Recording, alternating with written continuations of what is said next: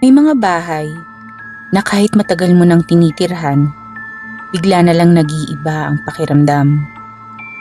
Parang may kung anong malamig na presensya na hindi mo maipaliwanag.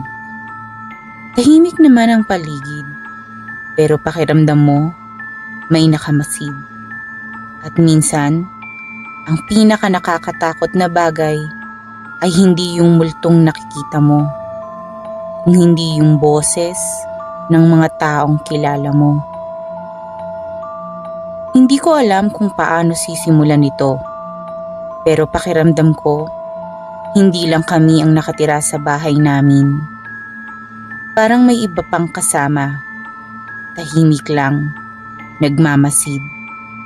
Nagsimula ang lahat matapos kong maranasan ang tungkol sa kwento ng doppelganger. Simula noon, parang may nagbago sa bahay. May mga gabing bigla na lang mga kalabog sa sala kahit tulog na ang lahat. Minsan, habang naglalakad ako, pakiramdam ko may dumadaan sa likod ko. Pero paglingon ko, wala naman. Pero ang pinaka natatandaan ko ay yung mga boses. Boses ng mga kapatid ko. Noong una hindi ko pinapansin. Akala ko normal lang na maingay sa bahay namin. Noong una hindi ko pinapansin.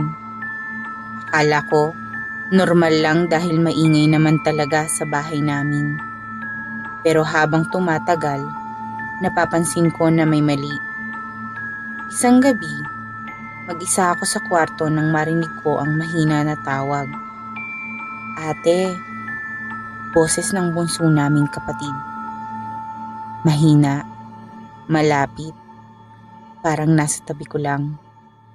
Agad akong sumagot. Oh, bakit? Tahimik, walang sumunod na salita. Lumabas ako ng kwarto para tignan siya, pero walang tao. At ang mas nakakatakot, wala pa pala sa bahay ang bunso namin. Hindi ko sinabi kahit kanino. Pinilit kong kalimutan. Pero ilang araw ang lumipas, may nangyari ulit. Dumating yung ate ko at bayaw ko para bumisita. Madaling araw na noon at tulog na silang dalawa nang bigla silang nagising. May tumawag daw. Ate, boses ng batang lalaki. Mahina, malamig, parang nanggagaling sa pinakamadilim na parte ng bahay. Akala nila yung bunso namin, kaya agad silang lumikon sa pintuan. Pero walang tao, patay ang ilaw, tahimik ang buong bahay. Kinabukasan, sobrang putla ng ate ko habang kinukwento ang mga nangyari. At ang mas nakakapangilabot, parehas nilang narinig yung boses sa iisang direksyon.